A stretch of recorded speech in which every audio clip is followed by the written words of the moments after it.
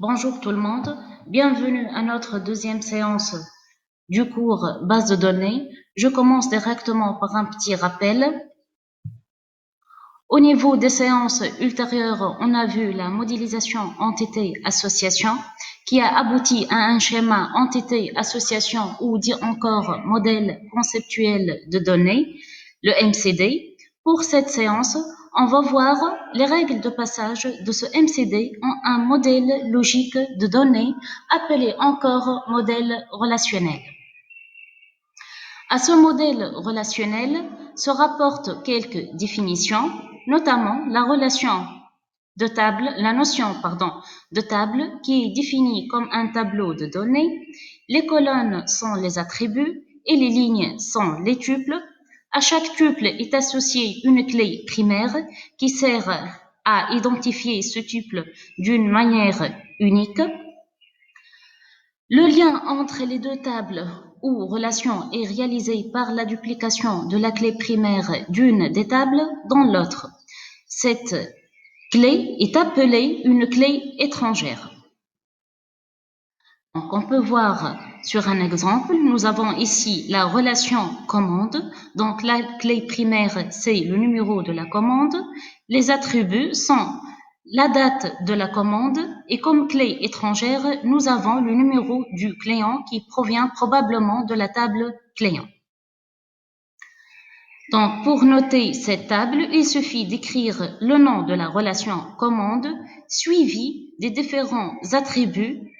Donc, nous avons ici la clé primaire qui est soulignée et la clé étrangère qui est précédée par une dièse.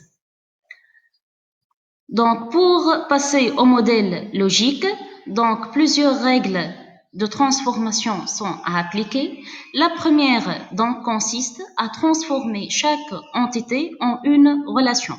Les propriétés de cette entité deviennent des attributs de la future table. Donc, comme on peut le voir, ici nous avons la table client. Donc, elle va devenir une relation. Donc, client. La clé primaire donc sera l'identifiant unique de cette table. Maintenant, on va voir le reste des règles des transformations qui se basent essentiellement sur les cardinalités précisées au niveau du modèle conceptuel de données. Donc, la première règle concerne la transformation des relations binaires du type xn, x1. Ici, x peut prendre la valeur 0 au 1. Donc, afin de représenter la relation, on va dupliquer la clé primaire de la table basée sur l'entité à cardinalité xn dans la table basée sur l'entité à cardinalité x1. Cet attribut est appelé clé étrangère. Donc, on peut voir ici, la clé de la table auteur va migrer vers la table livre. Donc, ici, on peut le voir, le numéro de l'auteur comme une clé étrangère. La suite des règles de transformation donc, concerne les relations binaires de type 0, 1, 1, 1. Donc, il suffit de dupliquer la clé de la table basée sur l'entité à cardinalité 0, 1 dans la table basée sur la cardinalité 1, 1. Donc, ici, on va dupliquer la clé de la table client dans la table carte membre. Pour les cardinalités du type 01, 01, on peut faire un choix aléatoire et on peut dupliquer la clé d'une des tables dans l'autre. Donc, pour notre cas, salarié, il est relié par une cardinalité 01.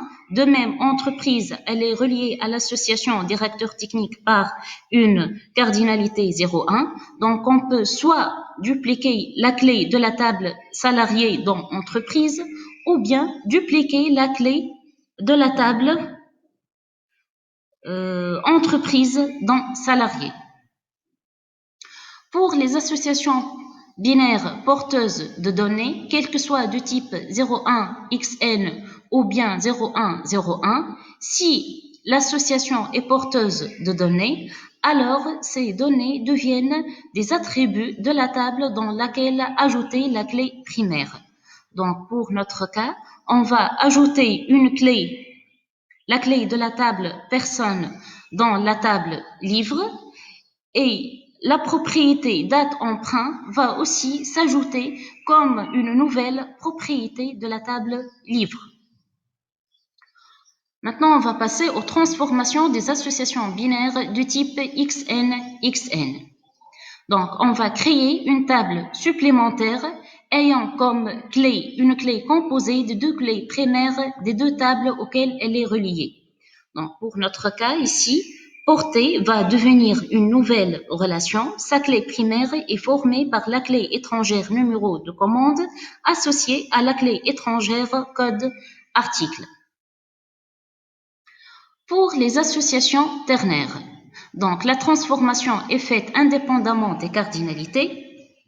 En effet, on va transformer la nouvelle association, donc la relation en une nouvelle association.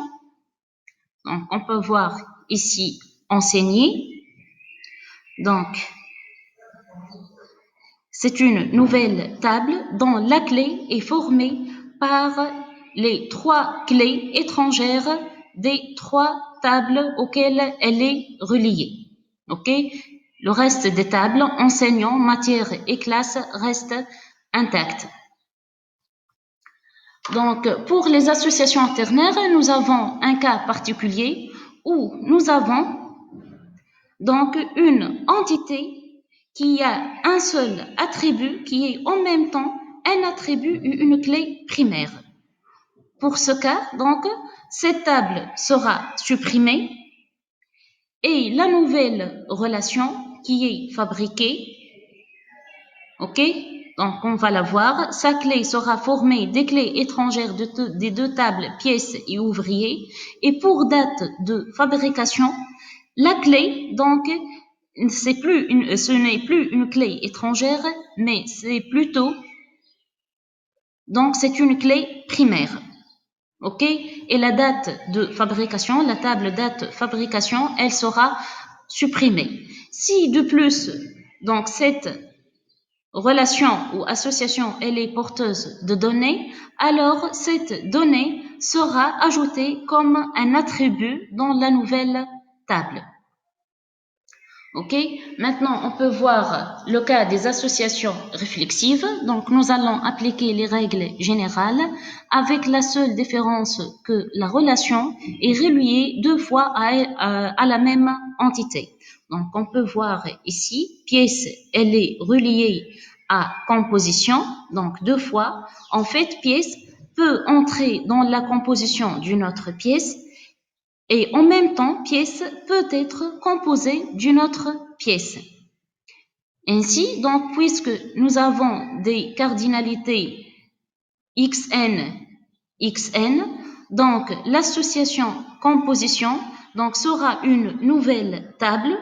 Donc, sa clé primaire sera formée de deux clés étrangères, référence composée et référence composant. OK? Donc maintenant, on va voir le dernier cas qui est formé par qui concerne les transformations des associations plurielles. Donc nous avons une entité qui est reliée à une autre entité par plus qu'une relation. Donc ici, les règles aussi générales s'appliquent. En fait, on va considérer chaque relation comme si elle existe à part. Donc, pour ce cas, possédé va être transformé en une nouvelle relation. Donc, sa clé sera formée par les clés étrangères de deux tables. Et pour habiter, donc, la clé de la table maison va migrer vers la table personne. OK? Donc, le cours de cette séance s'achève ainsi. Donc, je rappelle que au niveau des séances ultérieures, on a généré le modèle entité-association. À partir de ce modèle, on a vu pour cette séance comment on peut le transformer au niveau relationnel. Donc, une fois le modèle relationnel est prêt, on peut appliquer un SGBD pour créer la base de données et assurer sa manipulation. OK? Donc, ça sera le cours de la prochaine séance. Merci pour votre attention et à la prochaine.